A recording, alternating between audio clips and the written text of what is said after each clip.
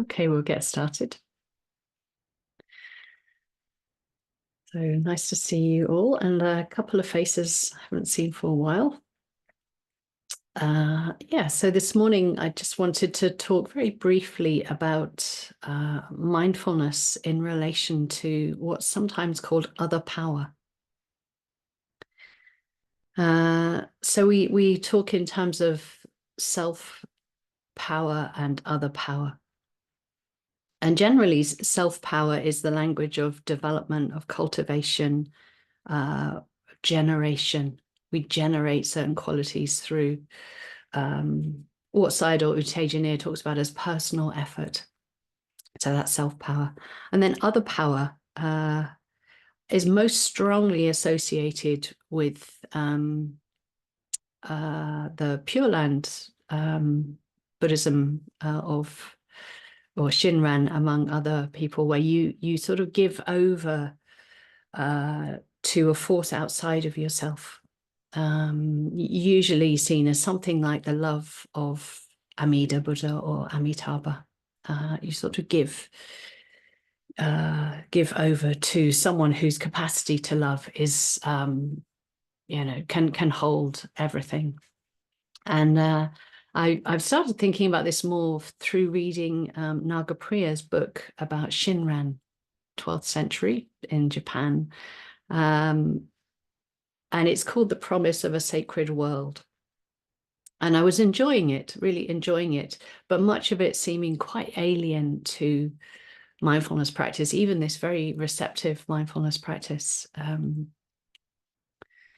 But increasingly, as well as the main practice of chanting Amida Buddha's name, the Nembutsu, as this way of sort of giving over, if you like, calling to Amida. Increasingly, Nagapriya was associating it with being in the present moment, with awareness. Actually, where this other concept, which I must say I never quite got my head around, this concept of Shinjin, seemed to, which was the aim of all this chanting of Amida Buddha's name, was about being in the present moment, about being aware. But this was very much associated with other power and not with self-power. So I started seeing my own links between receptive mindfulness practice and other power. So initially, the practice, even though it's very receptive, there is some cultivation. We're setting an intention to be aware. We're remembering and reminding ourselves to be aware, albeit in this very open and receptive way. And there's also self-power in this training perspective of right view, to clearly know what's happening. There's intentionality there, clearly knowing more objectively, more impersonally, like taking the selfing from the way of looking, the perspective.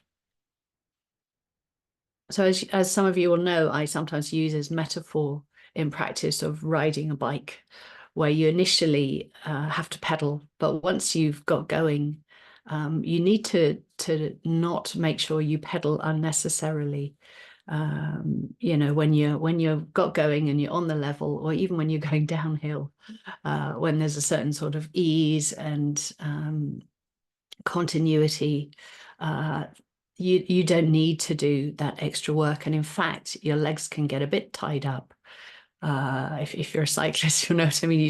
The legs start going really fast because you're pedaling unnecessarily. So you just have to ease off. You have to sort of let things be. Your legs get in their own way, but your being gets in its own way as well. If we continue to try and put energy in, even a very small amount of energy, when it's not needed, when there's some momentum in practice, it's how we often talk about it. So getting out of your own way.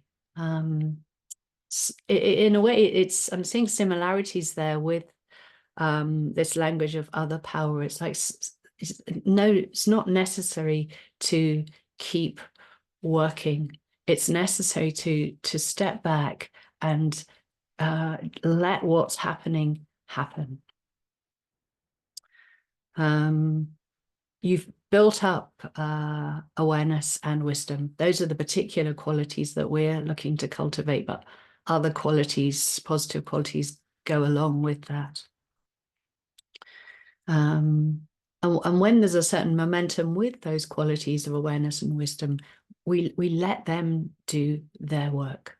They're much better at it than we are. Shinran, Nagapriya quotes Shinran a lot in his book. Shinran talks about the false autonomy of an ego-directed will. So it can feel, with self-power, it can feel powerful, like, well, I'm really doing something here. I'm doing quite well, in fact. Actually, we let go of that type of energy, that type of ego-directed will. And what Nagapriya says, he says this act of letting go permits a new kind of will to flourish. And that's what we're looking for in practice, this new kind of way of being, a new kind of direction in practice, that we have some influence on how we've set it up, but then we have to just let it be. And again, Sayadaw U Tejaniya talks about allowing awareness and wisdom to do their own work.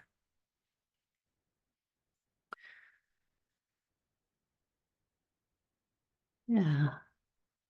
Nagapriya, one of the ways he starts talking about equating awareness with Shinran's work, and he talks about the luminous present, some sort of collapsing of time when we're really, really present.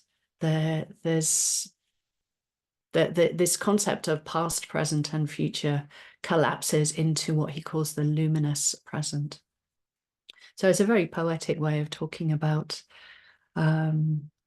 what we're doing in practice, right? Just staying present. That's all the work that we need to be doing, looking after that present moment. And this allows something new to come into being.